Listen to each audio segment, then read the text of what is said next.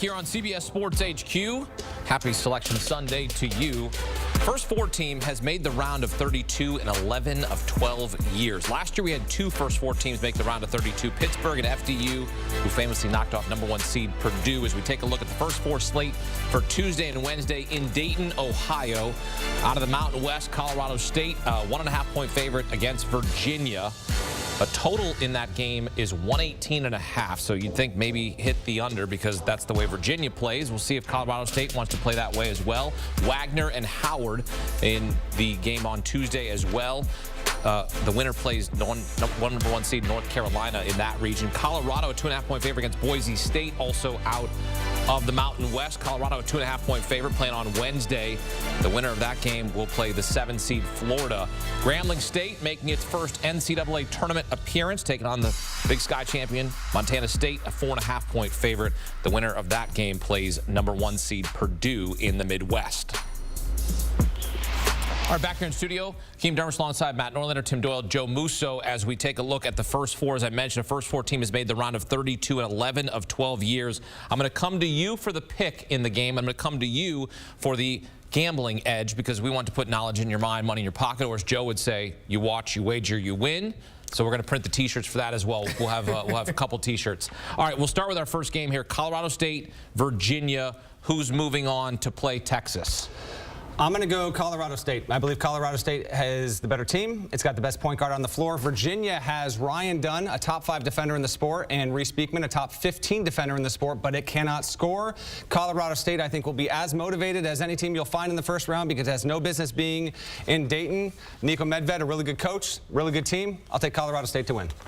I don't like betting unders. It puts me in a bad mood. It's like sitting in a church, watching a beautiful wedding and rooting for divorce. Like you root for famine, you root for bad stuff to happen.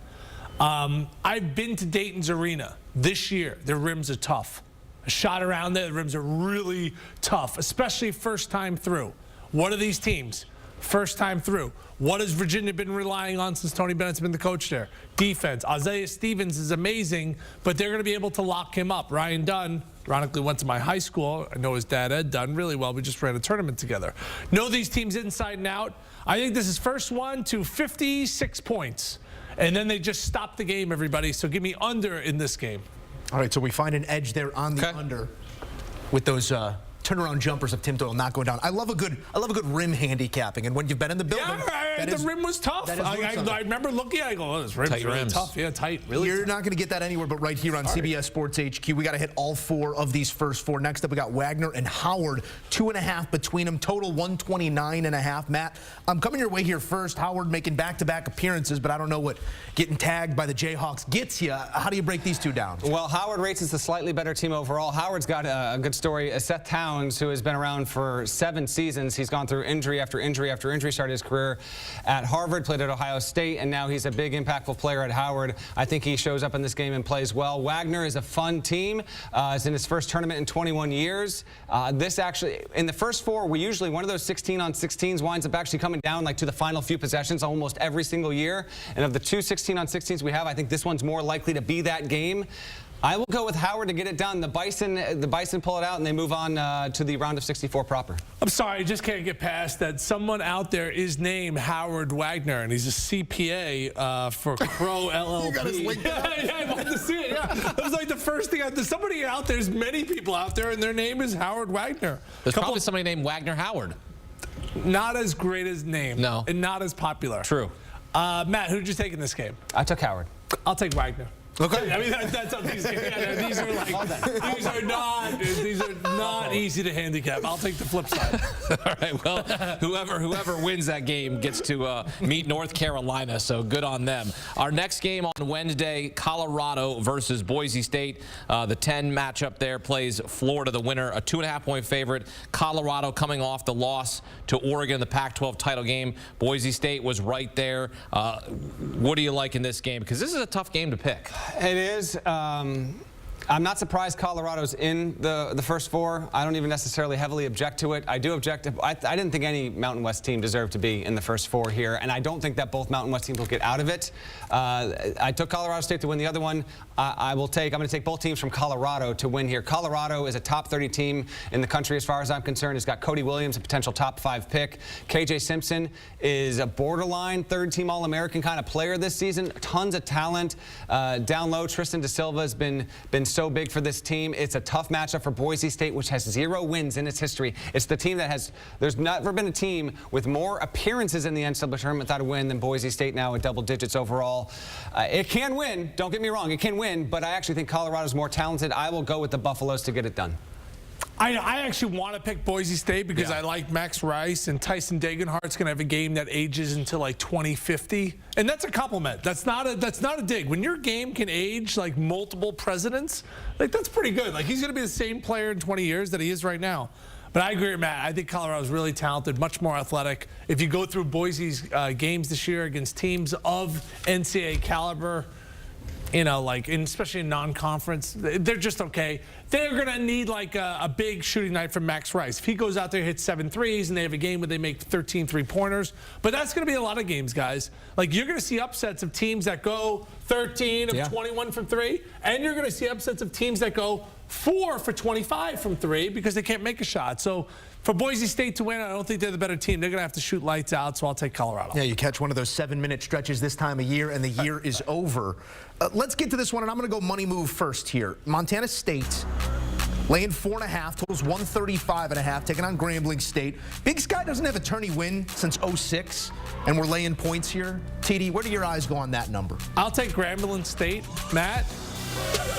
That's my pick. And that's enough. I'm going to give you the rundown here. So Montana State, it's got Robert Ford, Conference Tourney MVP, Defensive Player of the Year. It's the team, Montana State, they're scrappy and tough. They turn people over, they shoot, they space the floor. But who you want to watch out here for is someone, John Olmstead. They call him John Wick, okay? He's a former walk-on at Arizona. He's got a wispy mustache, is a lob threat, and has emerged in the past few weeks as a viable option, a really fun player.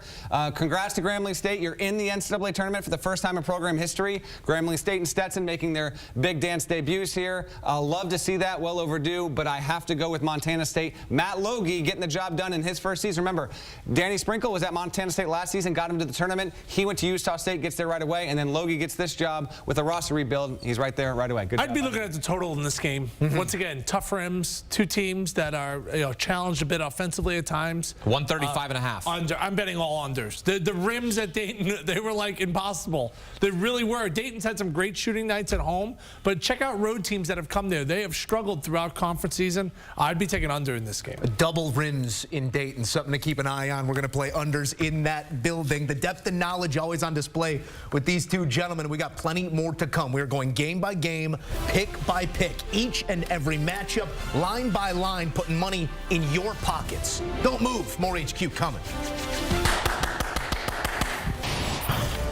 Back here on CBS Sports HQ as our Selection Sunday coverage continues. And we are in the Midwest. As you take a look at the bracket, the 1 seed in the Midwest is Purdue, looking to right the wrongs from 1 year ago when they got upset by FDU, a historic upset, a 1 versus a 16. They got to prove it this year. This is the prove it side of the bracket. There's a team at the bottom of that region in Tennessee. Rick Barnes, 27-27 in the NCAA tournament. Show me something. Now, we're going to start with the 8-9 matchup because that is always one of the most difficult ones to pick. And remember, we had a 9 seed get to the Final Four last year in FAU. FAU's on the other side of the bracket. The 8-9 here in the Midwest. This is an interesting one. You've got Utah State, the Fighting Danny Sprinkles, against Jamie Dixon's TCU Horned Frog squad. Utah State, they didn't return a point from last year. Danny Sprinkles' first season, great Osabor. The storylines are aplenty for Utah State. Who wins this game and why? I'm going to go Utah State. I think that this is an 8-9 game on paper, but in reality, it's something closer to like a 6-10, which is never a first-round matchup, of course. Danny Sprinkle's a really, really good coach. Utah State has proved itself more than legitimate at this point in the season. I mean, it has, just scream past 20 wins, and time again proven that can win in a variety of ways. It can win at home, it can win on the road, it can win neutral. And to me, TCU has been okay. Like, it had some good wins in the Big 12, played a horrendous non-conference schedule. Emmanuel Miller is super fun. Would love to watch him play. But my 1 to 68 is now live on CBSSports.com and on your CBS Sports app. And when you go and check that out, you will notice I have Utah State many spots ahead of TCU. I will go with the Aggies here to get it done and be the first of what I think will be multiple Mountain West teams that advance and get into the second round. I will leave my wife and children and move into Matt Norlander's house and become his servant if Utah State wins this game. Okay, first of all, I don't want anything to do with that, but that's so outrageous of a claim, Tim. Here's why. Utah State could play Houston 100 times. They would never beat Houston. TCU did. No, that's not true. They would, if they played them 100 times, they'd beat them, man. No way! Yes. Houston would bully them. 100 Did you times? see what Utah State did last year? They got smacked by Missouri, who went out the next game and got embarrassed by Princeton. Okay. There's a reason why TCU, by the way, TCU went to Baylor and won. You know, the Mountain West last year finally broke through, and it was one team that went to a Final Four.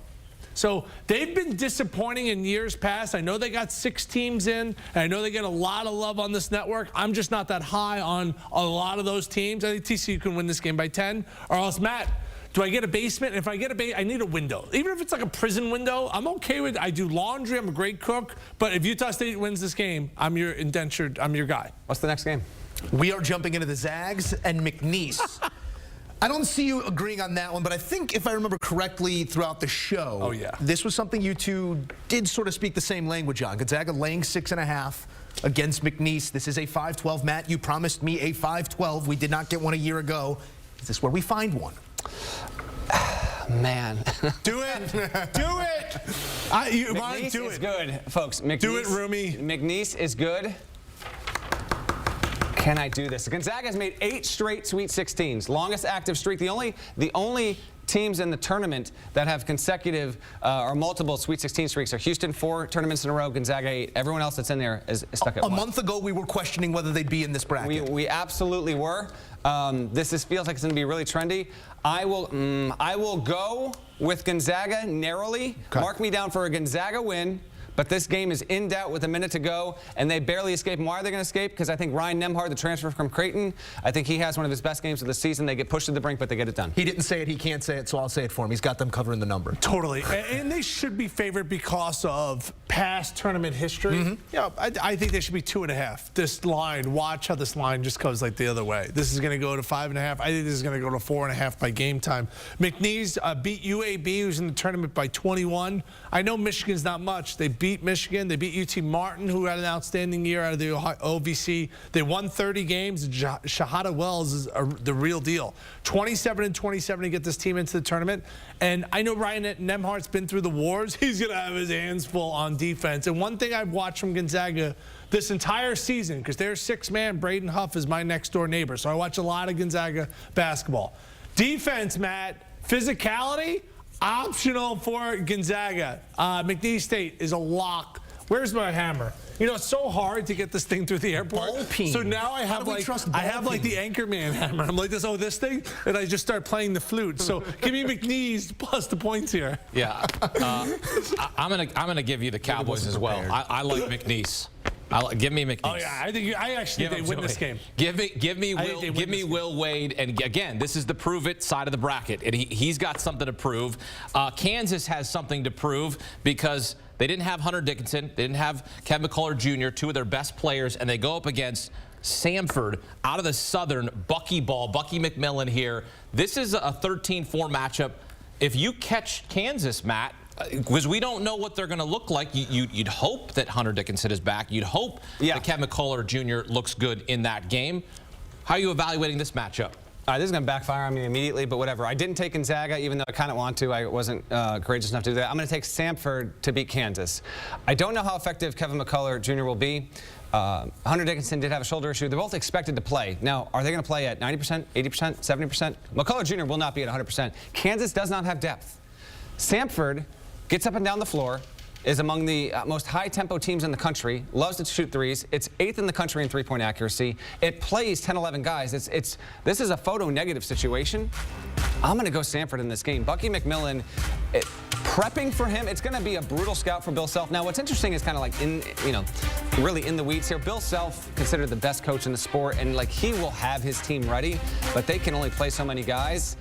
I will take Sanford to pull this off. They can do it. This is a 29-win team. They've got the capacity to do it. They're going to need to get lucky from three, north of 36, 37%. I think they can get there, and I think they can turn Kansas over, and I'm banking on KU not having the depth guys to get this done. So that's one of my first upset picks of the bracket. Sanford moves on. Right when I feel distance from you and I feel like we have to go to analyst therapy, you bring me back in with picking Sanford to win this game. They lost by 53 to Purdue, and I respect that, Matt. I respect that so much. I don't think they're going to win this game, but this is a lot of points. It's also a game that starts at 9:55 Eastern time. And you're going to give me this sort of wood with a Sanford team that has 5 players averaging double figures. Kansas can't shoot. That's the X factor for them. They have so many games where they make like 3 and 4 threes. If they're missing, I think they could lose, but you're going to give me the points. I'm going to take the underdog. All right, we're getting to our next game here. Oregon and South Carolina in the 6-11.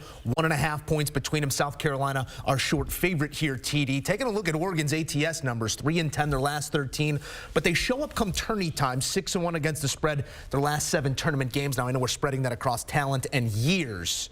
What numbers matter to you as we look at this 1.5? Yeah, South Carolina, they lost by 31 to Auburn, and actually was better than when they lost by 40 to Auburn. So it's actually a bad matchup for them. Lamont Paris did an awesome job. I like Michi Johnson. I like BJ Mack. I just don't like them in this game. I like Oregon in this spot. I think they've overachieved. Oregon, my boy, how do you say his first name? Dante? N'Faly Dante. N'Faly Dante. 12 for 12. And by the way, that was against Colorado. The game before against Colorado, he was 10 for 10. 10, I said. I like Oregon in this spot. That guy is amazing. He's long. He's athletic. And he's going to be a handful. Give me Oregon here. Wow. No, I'm going South Carolina. Yeah. I mean, okay. Oregon got hot in a Pac-12 that's, not that good. The tournament was a little bit wonky here. Congrats to Dana Altman for getting it done. And N'Faly Dante is a great story. I mean, he's had a litany of injuries, and he's really come on late, and he could well be a factor in here. But Colin Murray Boyles is really coming to his own for South Carolina. This is a viable team. It's got a healthy record. The predictive metrics haven't loved South Carolina most of the season, so there's a chance this could be even closer than people might think. But between him and Michi Johnson, who isn't afraid to go get a big bucket here, Lamont Paris has plenty of experience in the NCAA tournament. Previously at Chattanooga, they almost pulled off a huge upset of Illinois not so long ago, and a long time, obviously, assistant in the Big Ten. I think they got a really good shot here. South Carolina in the dance for the first time since 2017, and just the second time in 2+ decades here. Paris is a good coach. I think they win this game somewhat comfortably. All right, I'm invested in this next matchup. It's the 13 versus the 4, the 14 versus the 3. It is the Akron Zips against the Creighton Blue Jays. I'm from Kent, Ohio. Kent should have won that game in the MAC final. Stupid foul. And Akron hung on. That helped you. Creighton's a team that I could fall in love with. They got to the Elite 8 last year. They're a really talented team. But I understand that you can catch them on the wrong night and you can beat them. For me, this is an easy pick, Matt. Creighton on to the next round because of how talented they are. It's an easy pick for me as well. I will say this.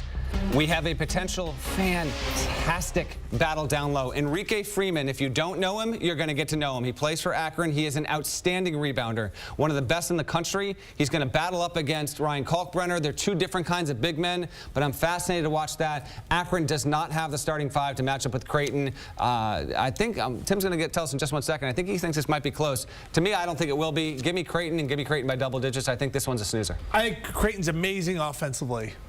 I'm not going to call them soft, but they're soft, okay? In Akron, they're the opposite of soft. And by the way, they're playing with house money. Yeah, absolutely. I mean, Kent State scores, they're up 1, and then foul. What are you fouling? What do the analytics say about fouling up 1? You're Don't. How about Enrique Freeman went to Akron as a student, not a student athlete. John Gross found him in the lunchroom. Did you know that? I did, yes. That's incredible. He was looking at futons. He was like, oh, is there going to be a futon? He's like, dang, buddy, you play basketball? Ali went to Akron, left. The Butler, now he's back. These guys have actually been to the tournament before, and they gave UCLA all they can handle when UCLA and Jaime Jaquez. This is a bad matchup for Creighton. I think they're going to be fortunate to win, but you're going to give me 12.5. I love hammer Akron in this spot. Well, Enrique Freeman leads Division I in double-doubles, and his stat line, to borrow your word, was outrageous in the semis. 24 points, 21 rebounds, 7 blocks. That's outrageous. So he's such a good player. Yes, no, absolutely. Creighton's really good. Creighton's great against. If they played Alabama, they could beat them. Like, this is just a matchup thing, and the physicality.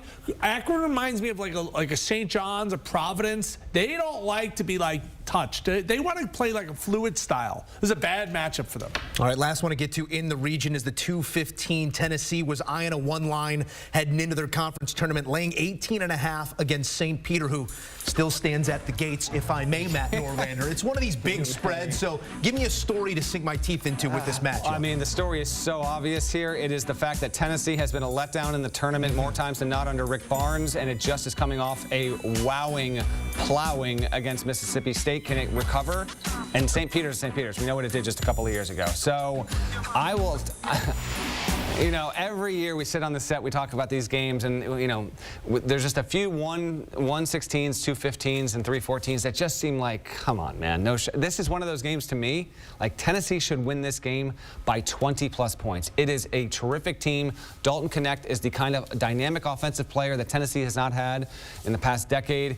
You show up, you leave no doubt, and I will trust that the Vols will get this done and put that memory of a goldfish for the SEC tournament, get in your past. Vols get it done. St. Peter's does not repeat what it did just a couple years ago. I'm not laying 18.5. I will just be moving Tennessee along. I think they win this game. I think Dalton Knecht's amazing. I think that they could win this game like 100-60, or they could win this game by 3. So this game makes me really nervous. I think just Tennessee wins. So if you want to throw them in a money line parlay, Joe, sometimes I throw teams like this just in a money line parlay just to get the beak wet. Like, just to have one sure winner. They're going to win this game, but it could be a dog. They call that a Dermish parlay. Yeah. He stacks up about 20, 30 of those. Yeah. They ain't losing. 18 legs. They come through, and they can run. I love a lot of legs. You know that. This is also going to be a fun matchup because it's the Ziegler brothers going head-to-head in this matchup. Zakai and Armani. Yeah. When I just heard Ziegler brothers, I heard like a new Mitsubishi on sale. Like, you go see the Ziegler brothers, you bring in your Lexus, you get a brand new, like, or it's a law firm. It's an amazing. That's it. It's the law. Yeah. That's pretty good. I'm an Al Piemonte guy. You know that. Yeah, you are. You know what? We're all friends up here, and we're all brothers as well. Friends at times. Yeah. You know who This guy. I love it. I love it. This is what we see. We get weird sometimes. Hey, you know what? We've got much more to come here on CBS Sports HQ. Our Selection Sunday coverage continues. We got to move along. We got to show you more brackets. Show me the bracket. Show me the bracket. Show me the bracket. The brackets are what gets ratings. Who's going to be the best rated team in this region? Will Houston make it to a Final Four? We're going to break that down coming up here on CBS Sports HQ.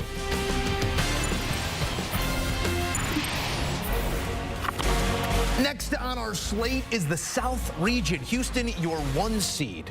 But could calamity ensue after they fall short in their conference title game? Back in studio, Tim Doyle, Hakeem Dermish, Matt Norlander here, giving us all the ins and outs and also offering up some plays. And we're going to start with the 8-9, where Heartland makes way to Aggieland. And the storyline here, the athletic director, Trev Alberts, making his way from Nebraska to Texas A&M. That's our matchup. Nebraska laying 2.5. That's our matchup actually in both the men's and the women's bracket. So we're not hiding storyline here, Matt Norlander. How does that play into what you expect to see? That's indeed wild.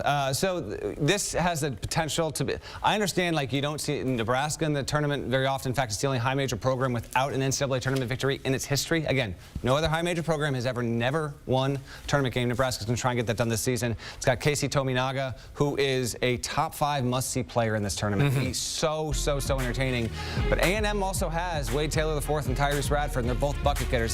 These two could go off for 50+ against Nebraska. This is a better than you think 8-9 game. I'm picking it right here in real time because I've been trying to decide. Give me the Cornhuskers. I say they finally get their first March Madness win. They get it done. They have enough shooting to get it done. But I'm looking at all the other 8-9s. To me, guys, this is the tightest of the bunch. This is a coin flip. I do not have a strong opinion on this game. I am a Big Ten guy, so I'll probably be rooting for Nebraska. This is not like I loved getting the hammer out. I'm going to take Texas A&M in this game. They beat Kentucky. They beat Iowa State. Wade Taylor is a team that was ranked in the top 25 for a majority of the year. Fred Hoiberg's going to hate me. Teron Lou's going to hate me. Those are great Nebraska players. But, sorry, I'm going to go. Actually, Fred Hoiberg went to Iowa State. He's the coach now. There you go. Well, yeah. It's only Teron Lou. I mean, they've had terrible teams. Obviously, they never won a game. I was their Tim Miles era. So.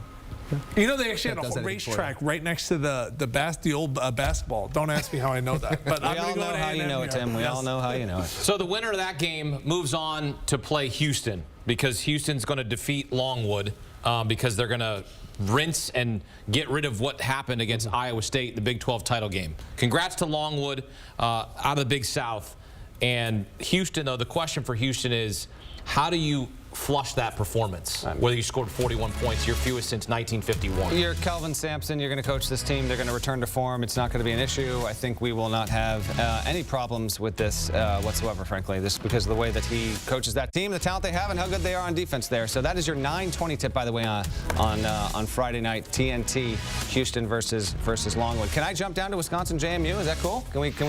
You want to? Let's dive in. All right, let's jump in. Go. Let's go, because guess what? James Madison, legit team, okay? One of the best mid-majors in this tournament. Wisconsin has the capability, but JMU is built for a game like this. We saw them win earlier in the season when they were able to defeat Michigan State. And now, top 60 KenPom team, 31-3 overall. They have good balance on both sides of the floor. Guys you want to keep an eye on here, Noah Friedel, 38% three-point shooter, and Julian Wooden, 41.4% from beyond the arc there. I do like the Dukes to get this done. This is not a paper tiger. I don't think it should be a 12 seed overall. This is a great opportunity for them. I did not take McNeese to beat Gonzaga in the 12/5. I will take it here. Give me the Dukes to move on. If they were playing Wisconsin like 3 weeks ago, I would agree with you. But Wisconsin looked like a different beast. They had a really great balance from Hepburn and Storr. I would not lay points in this game. I would take them on the money line. James Madison has been in the top 25 for more of the season than it's not been. Because, Matt, they're a really good team. He knows that. It's 31-3. I just think Wisconsin's peaking at the right time. They were playing some great basketball. They gave Illinois all they could handle. I think the Badgers win, but I would not lay points. Okay. No one's done the James Madison thing yet, so I just had to get that out there. Oh, yeah, right. Yeah. And because you were going to the Duke. Because I'm going to go to the Dukes. That's true. You have that, the Dukies and the Dukes. Yeah. Duke and Vermont. Yeah. What sort of problems do the Catamounts present for the Duke Blue Devils? You know, I don't know if they present that many all that together. Now, Vermont's really good again, America East champ. John Becker has won more America East championships than any coach in the history of that league there. But Vermont doesn't have a lot of offense. It's not good on the boards at all. Listen, you're going to have the potential for this game to be close. It's a legitimate 13 seed, but I actually think this isn't a great matchup. And Duke is going to, it'll have the size, it'll have the athletes, it'll have the shooting. I think Kyle Filipowski will eat big in this game. Vermont has had some really good players in the past. This year, it's more do it by committee. And it's a quality team. Again, to me, Vermont deserves to be on the 13 line. It's a good Vermont team, but the matchups don't match up for me here to think that they've got a shot to pull off this upset. I will lean on Duke, expect Filipowski to play well, and I think this is the kind of game where they've been waiting on Jeremy Roach to really assert his dominance as a veteran and a key presence on that team. He's let him down as of late. I think he's going to play well in this one too. I would actually move this line to minus 19.5. I think Duke rolls here. I actually think Duke is better than Arizona. I think Duke is better than Marquette, and I think Duke is better than Tennessee. And why do I name those teams? Those are all 2 seeds. All right, Iowa State, I think that's a little bit more of a jump ball. I think Duke's really good. You know, you got Roach and McCain and Mitchell can make plays and Proctor, and that's all surrounding Filipowski. So I think Duke has Final Four potential. No one's saying they got hosed with their seed. I think they easily could have been a 3. So the fact that they're a 4, I think they blow out Vermont. We're also looking at NC State and Texas Tech. Texas Tech, 5.5-point favorites here, back in the tournament after missing a year ago, Matt. But it's 5 of the last 6. They're becoming a mainstay in this tournament. How do you project them here in the region against this side? So this is a pretty intriguing 6-11 game. I feel like this is something of a toss-up because NC State is riding on such mojo right now, and DJ Burns plays so well. You've got DJ Horn, who hasn't ever seen a shot he didn't love, and maybe they're able to carry this over. Just keep in mind that we have plenty of examples in many tournaments past where you have this feel-good story that just finds lightning in a bottle and uses it to go either barely get over the line and make it as an at-large, or in NC State case, it needed to win the auto bid and it got it there.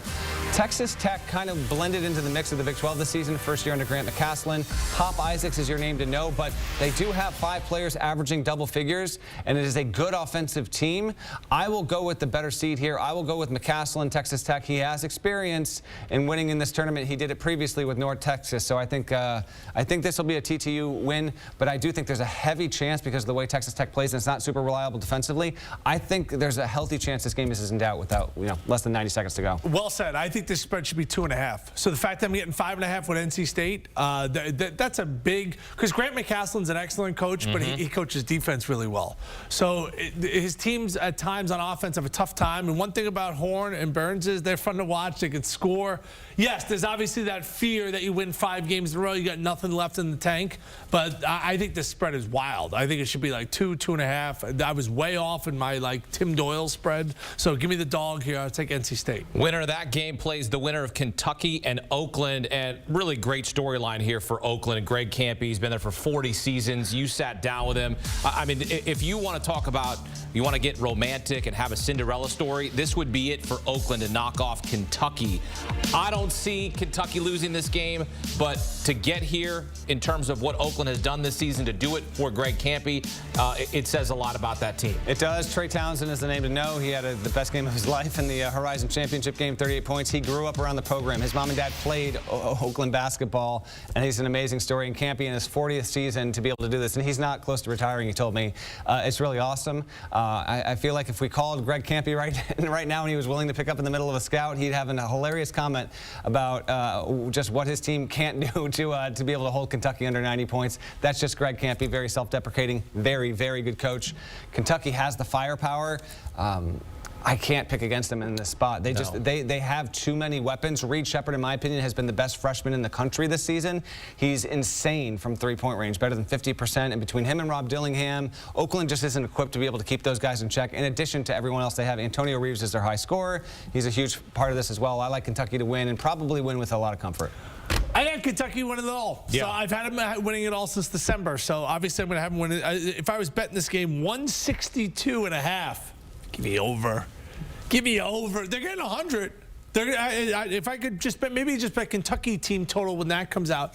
Give me over, but they're rolling. So you just sort of gave us a preview here. You've got Kentucky winning it all. You're not concerned about their defensive efforts. Yes, I'm concerned about every team. I'm concerned about Purdue's mental health. I'm concerned about UConn and their draw. I'm concerned about North Carolina. I think there's concerns about every single team. But you got to take a stance. And one thing we learned from last year, no number 1 seeds. So anyone who goes out there and picks all number 1, please, I'll book all of that action. That is definitely not going to happen. I'll take the most talent. And I think Kentucky, of all the teams in college basketball, has the most talent. Yeah, I mean, they can get up and down the floor. The thing is, they'll give up 100 points. They got to score 100 points because if they go cold, that's a problem at this time of the year. The good thing, Matt, about that is they have excellent guard play.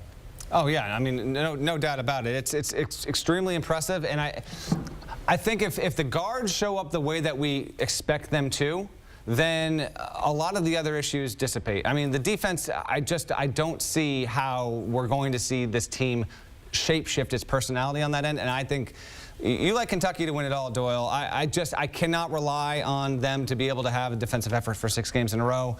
I did a data deep dive on this earlier this season where there's never been a team that's been as poor as Kentucky defensively that ever even made the title game, let alone won it all. So just keep that in mind as well. But I do think it shouldn't have too many issues getting to the second weekend. Previous concern already expressed about our next team here in Marquette, laying a massive number at 14.5 against Western Kentucky. Matt, you laid out some of those cases to be made, and somebody's going to get got. One of these teams laying a big number is going to lose outright. I'm not going to make you say it right now, but this is a team maybe that's in a position that could be? Marquette? No, I don't think so. No, in this one, because Tyler Kolek's going to return. He didn't play in the Big East tournament. He's got an oblique injury. They're going to have him go. I actually talked to Shaka Smart as he was literally walking out of the Garden after they lost to UConn on Saturday night. And his exact words to me were, that's the plan. And I think very much so they're going to have Kolek play in this game. Marquette is rated as a top 10 team the entire season. I think it might even be undervalued for what it is. Oso Ighodaro is a very entertaining stretch four type. Cam Jones is the team's leading scorer and bows down to nobody. The guy has a confidence streak that is unmatched by almost anyone in the sport. I like Marquette to win this without too much trouble against the Hilltoppers. I love the Hilltoppers plus the points in this game. I got a chance to cover them live. They have an excellent point guard. His name is his name is Don McHenry, and he's lefty. He's really good. And if Kolek's not healthy, well, Western Kentucky's strength is Marquette's weakness. And Don McHenry can create his own shot. And if Western Kentucky can make some threes, because in the conference championship game, they were 3 of 16, and they still rolled UTEP, and they rolled Middle Tennessee. They're playing really well. I'm not saying they're going to win this game, but 14.5, I think Marquette should be like 8 in this game. No way. There's nothing I've seen recently from them that like, oh, they're fine. By the way, last year, they were terrible in the tournament. So the fact that they're this many points, I'll take the dog.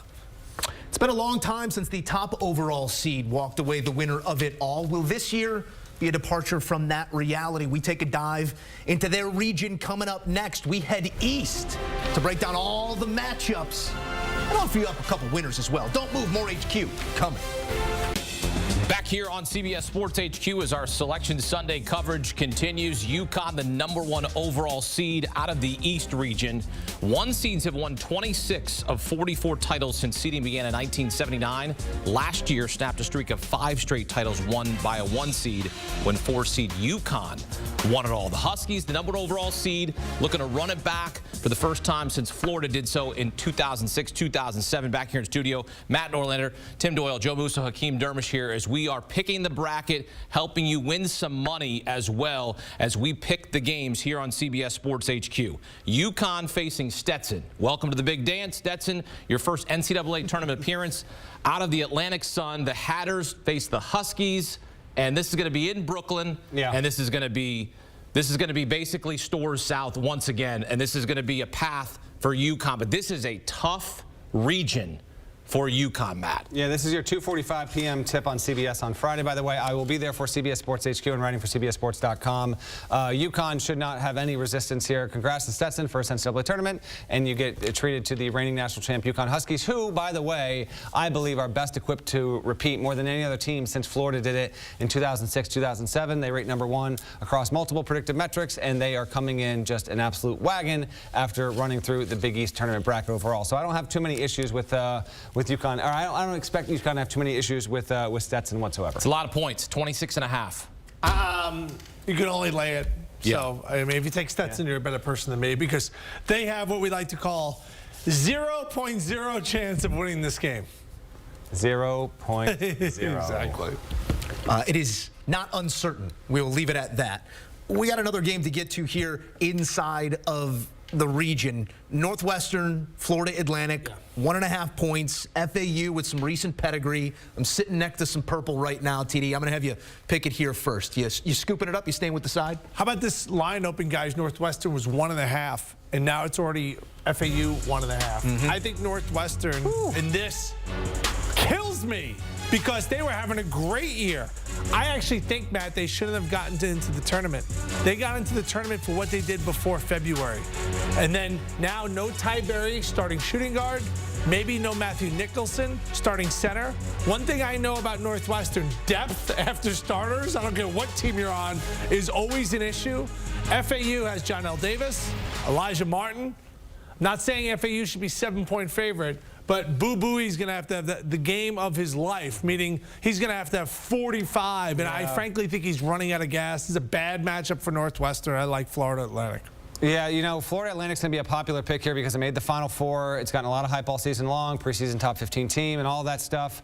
I've watched this team a ton. It's actually, it has faltered late in games plenty, and keep that in mind. I don't think this is an easy one for FAU, and FAU, by the way, is overseeded. It has no business being in an 8-9 game, but whatever. I know Dusty May and his staff will take it regardless. I will go with the Owls here based on the fact that this team was in the tournament a year ago, got to the Final Four, was a shot away from making the championship championship game and has beaten good teams this season. So I think they've got a healthy shot at beating this Northwestern team. But Boo Buie, he has been outstanding this season and is among the more clutch-oriented players in this entire tournament. So this one feels like it should be close down the stretch. I will narrowly go with the Owls. 3 of the 4 Final Four teams are in this region from 1 year ago in UConn, FAU, and San Diego State, who takes on the 12 seed UAB, who wins the American in their first year in the conference. And Tim, you said it perfect, that San Diego State is built for this time of the year. Yeah, I have a hard time picking against them. You know what I love? They played New Mexico that was on a heater. You know when a team's just going really well and they're up 14 points and you're like, wow, San Diego State's going to get blown out here. And then you look up and it's a run and San Diego State's taking the lead. I thought they ran out of the gas. I'm amazing to watch Jaden Ledee. He was a guy who averaged like 9 points a game, and boom, some transfers. Some guys you're going to recognize their face and their names from last year's team, but he has really emerged. Most points ever for a San Diego State player in a single season. I have a hard time not picking San Diego State in this game. I'm going to take them on the money line. I would not lay a lot of points. This is a 145 tip on TNT on Friday afternoon. I think this is San Diego State. I think it's easy. Shouts to Andy Kennedy. He's done a great job. It's his second tournament there since he got that job. He's an alum there. Blazers are fun, but SDSU is for real. Jaden Ledee has been one of the 15 best players in America. Keep it nice and short and sweet here. I think that the Aztecs win this, and they win it definitively and get into the second round without breaking a sweat. Turning our attention to Auburn and Yale, 12.5-point favorite is Auburn. I love an Ivy run. Like, if you can get me a little Ivy run, move over a couple lines in a bracket. Now, I do love Auburn, and I have moved them over in my preliminary bracket. But talk to me about this matchup. Okay, so I'm a bit torn on this one. I just saw Yale win on Saturday. I was at the Ivy League semis in New York City. So was I. I missed you. Where were you sitting? In the building. Yes, I was. Saturday? Were you sitting up high? I was up high, and then I was down low, a little walking around. Yeah, I only sit on the wood. Yeah, okay. I don't sit amongst the people. I don't look at the back of people's heads. Let's keep that moving here. And so the point is this: Yale has a player named Danny Wolf who's rocking a mask. I mean, he can ball. Like, he is a high major player playing for Yale right now. Some people think he's actually got a chance to be drafted eventually there. Really dynamic big. Because he's good, and Yale's got some real players. It is the most talented team in the Ivy. Princeton was better, but Yale had the most talent. But here's why I hesitate, because I want to take this upset. Auburn, 11-0 in the first round. It's not just that. Like, Pearl's a really good coach. They're top 5 at Ken Pom. I'm really tempted here. Say no more. I'm going to take Yale plus the pick. You're going to take Auburn. That's fine. I'm taking Yale. You're taking Yale. Taking Yale. You're taking Yale to win this game. Yale. Just did it. Yale, done. By the way, they should not even be playing. I mean, Brown threw up all over themselves. That would have been the first upset in the history of the Ivy League. It's been nothing but 1s and 2s. Danny Wolf, Janai Broom. That's a legit big man matchup, and you know it, Doyle. I think Auburn wins, but they don't cover. I love Yale plus the points. I think Auburn should be like 12.5. This is insane. Auburn's 10 deep. They made it known that they wanted to win the SEC conference tournament. No one cares about conference tournaments. Broom averages 16 and 8. Danny Wolf's fun. He's 7 foot. Mbang can really defend. They have guys that can make shots. Defender. They have guys that can make shots. This I wouldn't be surprised if they won, but oh man, as a dog, yeah, give me the smart guys here. I'll take the dog. All right, so we move along here to the 6-11 matchup, BYU against Duquesne. BYU, Mark Pope won a national championship Kentucky as a player. You got Keith Dambrot at Duquesne. This is one of the Big 12 teams here trying to make some noise here in BYU in Omaha, Nebraska. Matt, how are you evaluating this matchup? I think this is going to be BYU the whole way. I mean, they love to take the 3. They shoot more than 50% of their shots from beyond the arc. Ali Khalifa is one of the best passing big men in the entire sport. Duquesne's made a wonderful run. Cool story. Definitely not the talent of an 11 seed, but that's how the bracket broke and what the committee did there. I think BYU is even closer. You actually might have a situation. I haven't looked at the way that these games break down, but I almost wonder if BYU got cost a seed because BYU doesn't play on Sundays. It's got to be a Thursday, Saturday rotation for them. So I wonder if that's a factor here. I do like BYU to win and win comfortably. Really good team. And been a metrics darling most of the season, rated top 15 in the sport. Yeah, I love Keith Dambrot. I love the story about him. High school coach of LeBron James, then goes to Akron and dominates, meaning wins like 23 games, 25 games. Takes the Duquesne job because his dad played there in the 50s when they were ranked like one of the top teams in the country. Duquesne, ever since I'm a little boy, and I was born in 1982, I dye my hair now, they have been terrible. Terrible. Matt, have you ever heard of Duquesne being good? Ever. Ever. No. Yeah, so he goes there and gets them to a tournament. I mean, that's how good a coach this guy is. They've been not like mediocre, terrible. BYU beat San Diego State, NC State, and Iowa State. If Duquesne played those three teams, they would never beat them. So BYU is going to roll in the spot. The reigning Big Ten tourney champion Illinois Illini laying a touchdown, an extra point, and we'll see what happens. 13.5 is the number. TD taking on Morehead State. Matt, I'm actually going to come to you first here because this is 8 straight appearances for Illinois that have ended in weekend number 1. Have not tasted that sweetness of 16 since D. Brown, Luther, since 05. I played against that team. I'm not asking you that question just yet. But between these two, this isn't the spot you see the trip up, is it? I don't. Now, Preston Spradlin is the coach at Morehead State. You will one day down the road see him coaching at a power conference. He's really good, not yet 40, done a great job at Morehead State, and his time on a bigger, brighter stage will be coming, but this is not, I would be surprised. There have been more shocking upsets, of course. Morehead State's a quality program, but Illinois is just bigger, faster, stronger, better across the board, and Underwood is a really, really good coach. Between Marcus Damas, Terrence Shannon Jr., that 1-2, and then you bring in Coleman Hawkins in his defensive capacity.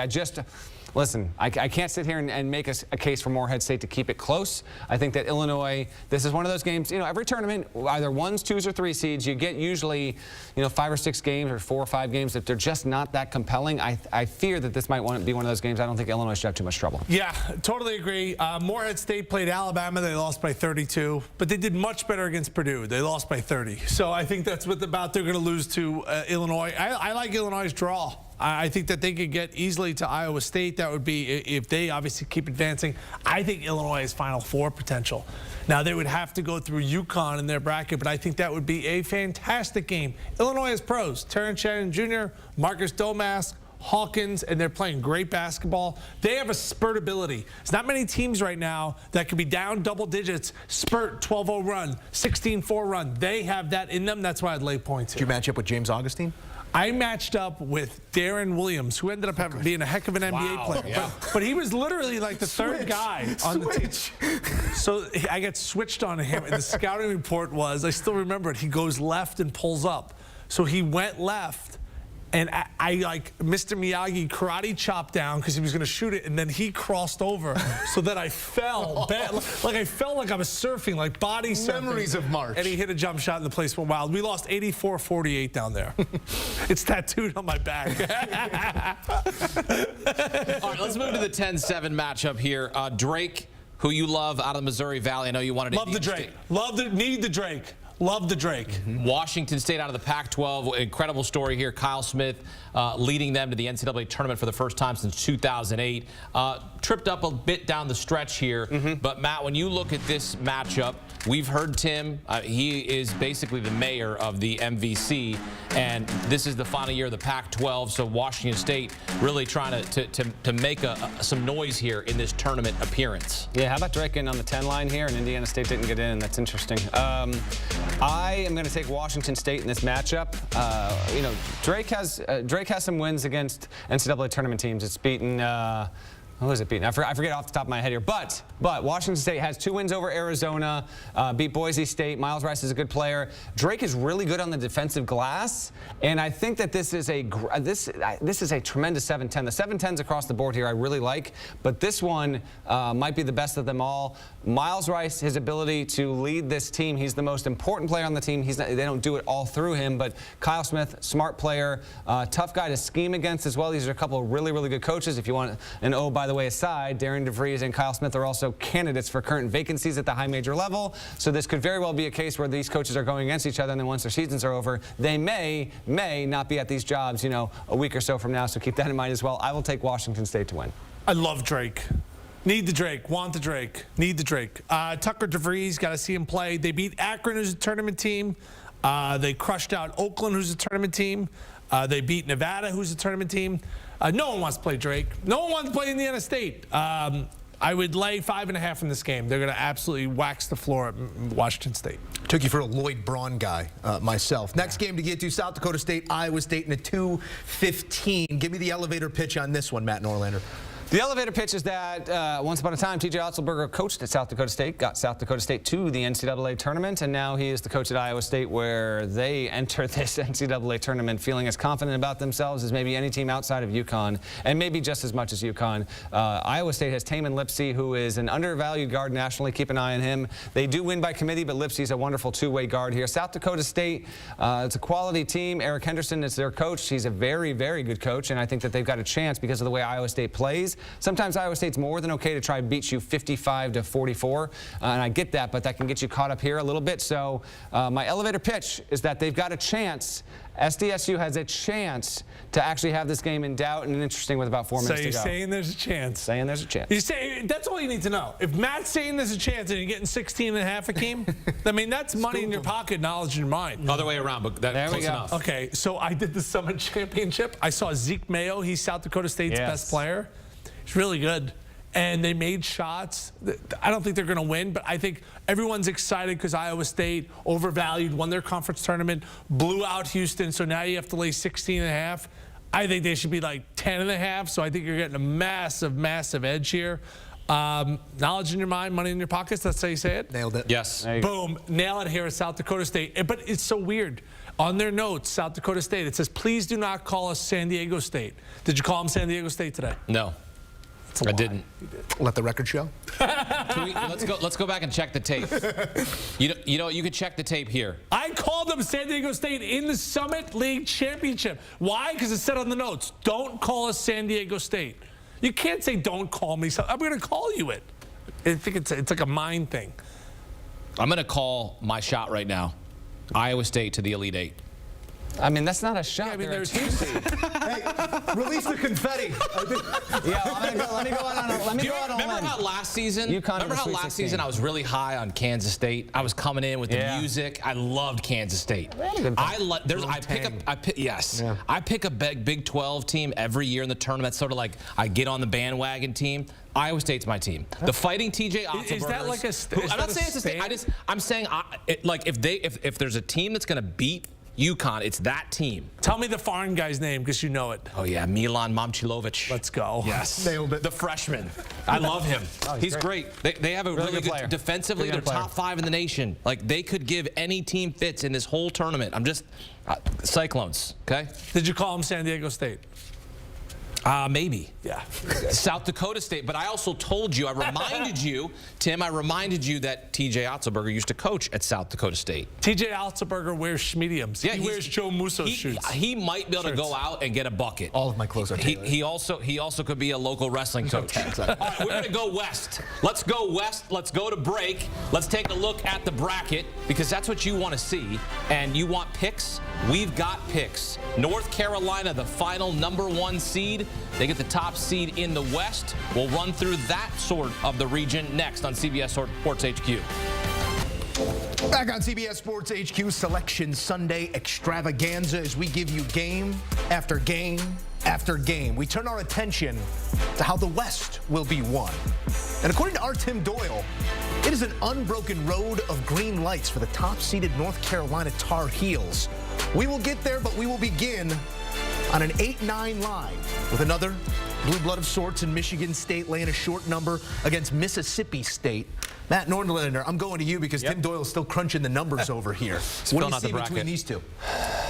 For the 8-9, just so we're clear here? Okay, I'm going to go Mississippi State. I'm not going to waste time here. Michigan State has been a team that's won 19 games and lost 14. I happen to believe it is as good as its record suggests. And Michigan State did play a challenging schedule. I understand that. It's got a lot of veteran presence. Here's a nugget for you. Michigan State this season returned 4 starters that were seniors. That had never happened in the history of Tom Izzo's career. It sounds shocking, but it's true. And yet, despite all that, being a preseason top 5 team, MSU has underperformed on balance the entire season. It is not as good good as its seed would suggest. No way whatsoever. I will never be convinced of that. Doesn't mean it can't win. Michigan can certainly win. Tom Izzo gets it done in March so often. But Mississippi State is a rugged, tough team. It's got a great freshman who can really fill it up. I think that with how Chris Jans coaches this team, I think they've got a real chance at getting Michigan State in a physical game, which normally you think Tom Izzo, they want to be involved in that. Better think twice about that. I will go with the Bulldogs to get it done. I think a lot of people will default and pick Michigan State because they recognize it, but MSU has got a real chance and deserves to be the better seed in this game. You take against the Paisan this time of year. You know, you're kind of betting against the guy who's so good in March. Yeah. I agree with Matt. Josh Hubbard's that freshman. He's averaging 17 points a game. Yes. You know, Mississippi State went through 4 losses in a row, kind of at the end of the season. They lost in overtime to South Carolina and a heartbreaker to Kentucky. I see Michigan State a lot. They just scored 53 points against Northwestern. Could they win? Sure. They go out there and go 8 of 12 from 3 and win the game. But I just think Mississippi State is better. So we couldn't get Patino in, and you're trying to run Izzo right off the bat? Tom Izzo, last game ever, shook my hand and gave me the old whisper in the ear. I don't want to hear that. I think a handshake should be abolished. I don't need to shake hands. You just beat me. By the way, I had to shake hands a lot when we lost because at Northwestern we didn't win a lot. All right, let's move to the 12-5 game here. We had no 12-5 upsets last year. And this game going down in Spokane, Washington, St. Mary's and Grand Canyon. You like this matchup? I like St. Mary's. You like St. Mary's? How about the St. Mary's going to Spokane? They are familiar with the area, but I would figure they've never played in this venue before. They usually play at Gonzaga's home arena. This will be at Spokane Arena, all of a couple miles away from Gonzaga's campus here.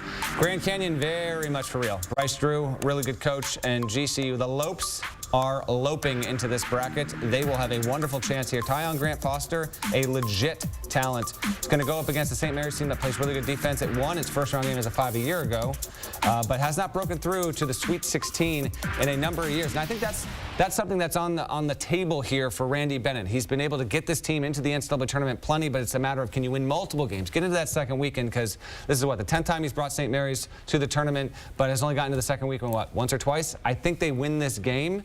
But this isn't, we are loaded up, guys. We are loaded up on the 12 line with a lot of high volume win mid-major teams. Grand Canyon can absolutely get this done, but I will lean with St. Mary's because of its physicality, and Mitchell Saxon, I think, plays a huge role. The big man in the middle, I think he has a huge game, and they barely get past Grand Canyon. I don't know what I'm going to do with my bracket here, but I love Grand Canyon plus the points. You talked about Tyon Grant Foster. He's averaging 20 points a game, but he had 50 points his last 2 games to get Grand Canyon into the tournament. And then Bryce Drew, right? We all remember one of the most famous plays in basketball history. Forget about NCAA tournament history.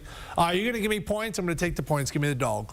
All right, getting to our next game here as we take a look at Alabama and Charleston. Alabama, Sweet 16, a trip a year ago amidst all that came with that program and surrounded them. We are looking at a 10.5-point favorite against 13 seed Charleston. Matt Norlander? Well, that's a big number. I talked with Pat Kelsey on Saturday. I said, listen, what's the biggest difference with the team this year, last year? Last year's team got so much attention. He said our offensive efficiency numbers are better for sure. Our assist-to-turnover ratio is better. Our culture, buy-in, team mentality, that stuff's pretty much equal. Last year's team was nasty tough. This year's team is as well. Keep that in mind when Alabama shows up for this game, because Nate Oates has been public multiple times this season about how his team just refuses to play defense for long stretches of games here, and that's going to eventually catch up to Alabama. It's not going to make the Final Four. It's got wonderful offense. It can drop 100. It does not have the defensive identity or personality to win 4 games in this tournament, I do not believe. I think it will win a race here. I think it gets it done. Mark Sears is your big name to know. He's been third-team All-American level kind of point guard and has been really, really good. They got more around him, but he really makes them go. This one, to me, this one smells like under 2 minutes to go. Charleston messing around, flirting with the upset, but Alabama ultimately pulls it out. Well said. Totally agree with your analysis. I'm going to go over here. 170.5 for a college basketball game. Mark Sears, Ohio transfer. Estrada, Hofstra transfer. Here's why I can't take Charleston. They lost to Duquesne by 18, lost to Vermont by 9, got blown out by FAU. So they've had opportunities to basically make a splash against quality teams, and they got smacked in all those games. I think they can give up 106 points this game. Kelsey wants to play fast. I know a lot about Pat Kelsey. His best friend, Kenny Harvey, used to date my wife. And then I still have to see Kenny Harvey all these years later. But here's what you learn as you get older. That's tough. Everybody used to date somebody else's wife. More of us. And I'm okay. Kenny's a good guy. He's got a beautiful family and stuff. But yeah, so Kelsey and Harvey they went to Xavier together, and they were teammates. And they want something, Kenny Harvey? I had the last laugh, okay? I won. He did? But she did just recently buy me a Xavier jersey, so maybe we're trying to, like, relive something. Wow. Who's winning this game? Yeah. Alabama wins. It's just high scoring. Okay. All right. Yeah, they're the highest scoring team in Division I. As we move down the bracket in the West, Clemson against the 11 seed New Mexico out of the Mountain West, the champions from the Mountain West Conference. Yeah. Give me the Richard Pitino's to move on, because if Rick doesn't get in, Richard's moving on. And you know Rick will be there. He'll be on hand to watch this game. This is going down in Memphis. Clemson is a good team. It's got P.J. Hall, one of the better bigs in the country. Joe Girard can really shoot and fill it up. Clemson's a good team. I got to put together my 5 favorite first-round matchups. This is going to absolutely be one of them. What do you like in this game? I'm getting there, man. That's the whole point. I'm about to tell you. You talk things through. Like it's almost like I got to analyze the games and matchups they put on the screen here. You know, it's funny how that works. Testy with Jalen House is must-see TV. Him and Jamal Mashburn Jr. incredible. And the thing about House is, and see, I'm going to toss him a compliment, as he would well know, he is a high-level defender. Like, it's not that just he can just score, and he's a great quote. Wonderful, wonderful two-way player. I'm going to Mexico. It's a joke this team is on the 11 line. To me, it's easily should be an 8-9 game. Whatever. Clemson, this is a tough draw. Fantastic matchup. I'll go Lobos. I hate the Lobos in this spot. They left everything in Vegas. It was like the first win was, they just kept crescendoing more and more and more and more. Could somebody look up the time and where they play? I know they're favorite in this game, but that worries me if there's not a good atmosphere, because it was electric in Vegas, and they played great, and they wore their emotions on their sleeve, and they won 4 games. And if they have like a weird time, 3 o'clock on Friday. Okay, that's not too bad. No. The whole state's basically going to travel, so they're going to have great fan support. Yeah. Clemson's a squad. P.J. Hall is an NBA player. Down the stretch, they looked bad. They lost to Wake, Boston College, Notre Dame, but they have some awesome wins this year, Clemson. They beat TCU, they beat Alabama, they beat UAB, they beat North Carolina. Like, they have some great wins.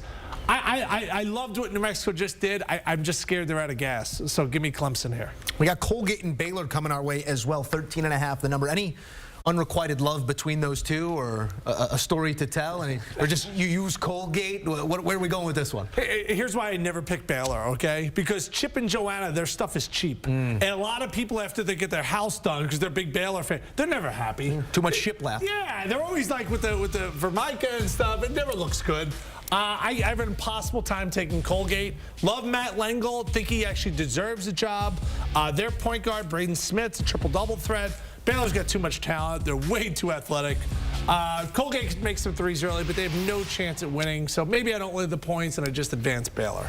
Yeah, I would go Baylor here. Colgate's a good team. It doesn't have as much offensive firepower as years past. This team is not as, a couple of teams in recent seasons have been like top 5 in the country in three-point accuracy. This Colgate team is not like that. Baylor's not a good defensive team, but Jacoby Walter's going to be a lottery pick. Ray J. Dennis is a savvy veteran that gets a lot done. Yves Missi is, if you've been watching Baylor and watching college hoops, you're aware of how he is ascending as well. Just a tremendous athlete, physical. They've got a lot here. I think they just overwhelm. Braden Smith, the Braden Smith for Colgate, he's a really good player, and him playing alongside Keegan Records, they might be able to keep this interesting. Go in the half. Maybe Colgate is up by a couple points, but I think Baylor ultimately has too much and they run away. 2 at-large teams in the 10-7, Nevada and Dayton. This is going to be a tricky game to pick. We're in Salt Lake City here on Thursday. Of course, Nevada, can travel, get over there. Dayton, not tricky. Can I go first? We thought that Dayton would be playing in the first 4 home game. They're not. They're playing. We thought Dayton was going to be on a 2 or 3 line maybe 2 months ago. Right. You remember those conversations? Yes. I do not, because they were never going to be on a 2 or 3 line. I remember the conversations, but yes. They were in the top 25 for majority. Yeah, but they were like maybe trending toward like a 5. I ended up flying there because Avery Johnson got in an ice storm, so I got to see them live. That's why I figured out the rims were really tight. Can you just pick the game, please? I hate Dayton. I love Dayton as a school. I went to Timothy's. I had a great visit there. I was making out on the dance floor. I hate them in this game. Jarrett Lucas gets you 18 points a game. He's an Oregon State transfer. I love Nevada in this game. Can't stand Dayton. Don't even eyeball test. Think they were a tournament team, Matt. I know Deron Holmes is a big-time talent. Their eyeball test, not a tournament team. If they would have played Indiana State, they would have lost. Yeah, this is a wonderful matchup. I mean, Deron Holmes is an absolute stud, and Dayton's got a litany of players that can shoot the three well. Kobe Elvis, keep an eye on him. Kobe Bray, also a very good player. Nevada, this is a tough draw here. Like, the Mountain West has a lot at stake. You know, San Diego State makes the championship game last season, but no other Mountain West team won a game in the tournament. No teams the year before won a game in the tournament, and this is a tough draw. Dayton's just, to me, it's a better, more well-rounded team. Just like the New Mexico-Clemson game, to me, this is a top 5 matchup in the first round, but I will rely on the team that I think has the best player on the floor. Anthony Grant's a really good coach, and he's got Deron Holmes II. He's, to me, a borderline top 10 player in the country, if not even borderline. I will go Dayton in this spot, but I cannot wait for this game. I think it's got amazing, amazing potential. The 2 versus 15 does offer a storyline, but it also offers, I believe, the biggest number we've sunk our teeth into all day long, 19.5. Arizona laying against Long Beach State. Matt, is this the 2 seed we're not talking about enough right now in Arizona? It feels like we've made points about everybody else and what we expect to see. What are your expectations of Arizona? Okay, macro then micro. Macro, my expectations of Arizona are to get further in this tournament than they have in the first 2 years under Tommy Lloyd. Have been a 1 or 2 seed the past 2 seasons, haven't broken through to the second weekend. I do think Arizona finally breaks through and makes at least the Sweet 16. And then in the micro here, Long Beach State is a wonderful story. Dan Munson gets fired. He's still coaching the team. And it's awesome that they give him this opportunity, but the Beach is very, very outmanned here. Caleb Love has done a great job for Arizona this season. Umar Ballo, obviously a very impressive presence down low. And the way that those two play off each other, and filtered by Kylan Boswell, and he is the key guy. So he had good early signs as a sophomore point guard that he could grow into one of the better floor generals in the sport. Has not gone that way at all. In fact, I would say that because of him, that's why you see Arizona on the 2 line more than the 1. Not everything falls on him, but had he been a top 10 point guard, I think Arizona would have been that 4th 1 seed overall. But okay, it's development. That's okay. We'll see what they can get done here. A lot of pressure on Lloyd to finally have some March success, because in the regular season he's been awesome, but they have stopped short the past 2 years, no doubt about that. Be interested to see if Long Beach State tries to play fast. If they do, then they're going to lose like 100 to 70. So.